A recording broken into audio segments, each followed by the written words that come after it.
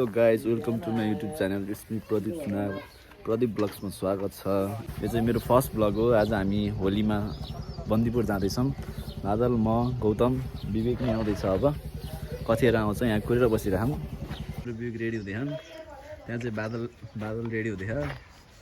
अब आज हाम्रो बन्दीपुरको यात्रा छ होलीको दिनमा। गाइज अहिले चाहिँ हामी पावर हाउस आइपुगेको छौँ। पोखराबाट 15-20 मिनट हिँड्यो भने चाहिँ यहाँ पावर हाउस आइपुगिन्छ।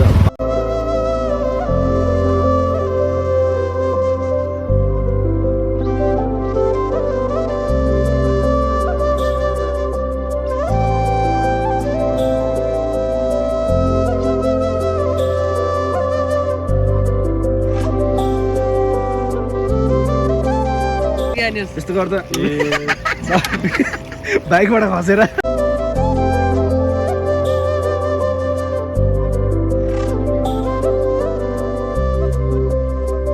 पोखराबाट यता राइट साइडतिर चाहिँ थोरै अगाडि चाहिँ एउटा गेट छ। यहाँ हामी बन्दीपुर उकालो लाग्यो।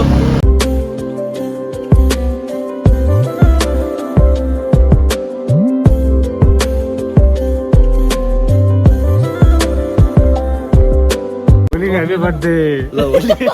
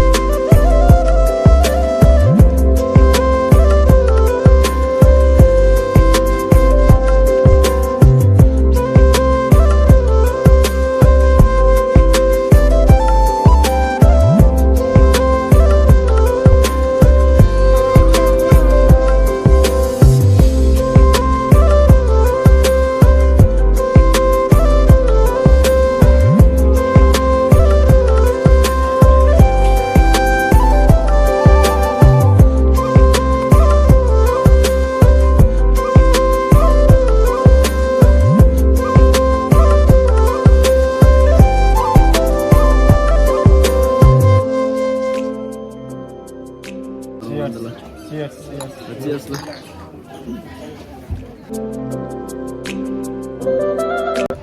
केटाहरू चाहिँ यहाँ ट्यागको फोटो हान्दैछन्।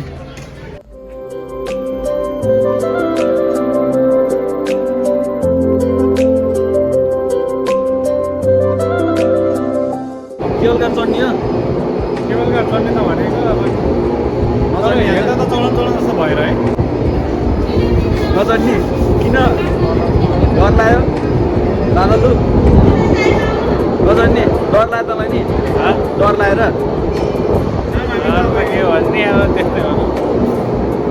हाम्रो चाहिँ बाइक तल भएको भएर चाहिँ यहाँ चाहिँ गइएन, केबल कार चढ्दैन। अब तलबाट बाइक लिएर गइन्छ। केबल कार चढ्ने हो? ल ल चढिनु भयो। नचढ्ने भनेर डिस्कसन भएको त फेरि चढिनु भयो। अब हामी त थाहै नै भित्र जाने बेला चाहिँ के हुन्छ फेरि चढ्ने हो। डर लाउनु होला नि खासै। फर्स्ट टाइम चढ्ने हो कि अब डर त लागेको होइन, चढ्ने होइन तर मन चाहिँ डर लाग्यो।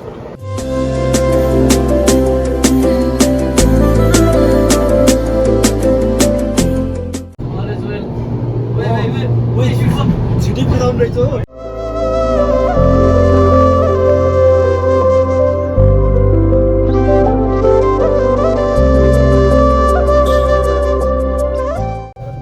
विवेक कस्तो हिरो लागेन?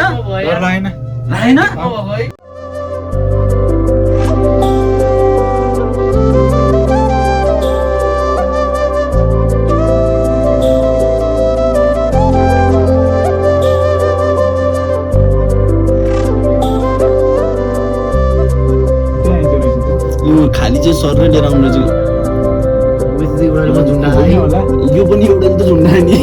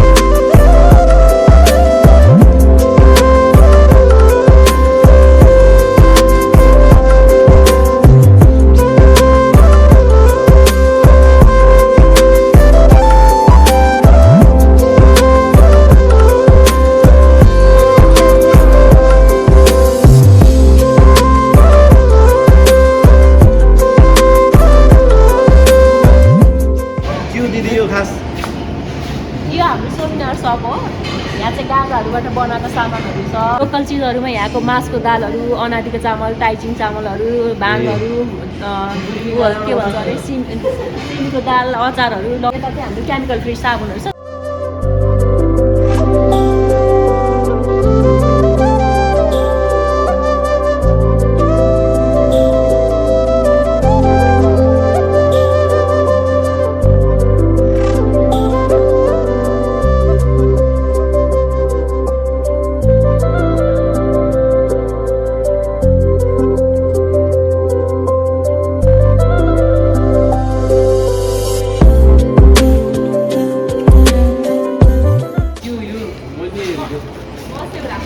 यो चाहिँ बिरालो र मास मिसाएर बनाएको मस्यौरा हो कि।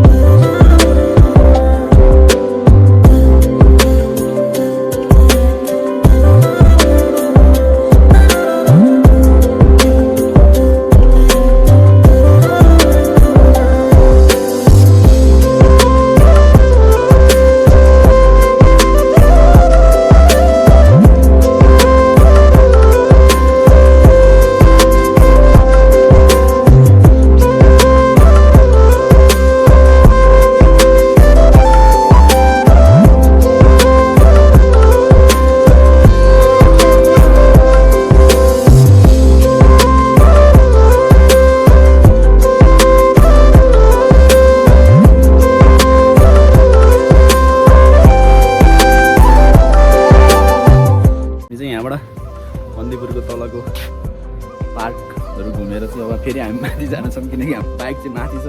अब हेरेर लाइक कमेन्ट सब्सक्राइब गरिदिनु होला। अब चाहिँ हामी माथि जाँदैछौँ।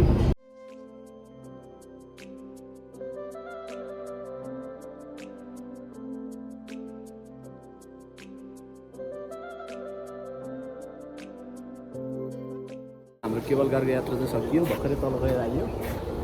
अब चाहिँ हामी बाइक यहीँ तल छ, यहाँबाट हामी निस्किन्छौँ। अब अर्को भ्लगमा भेटौँला।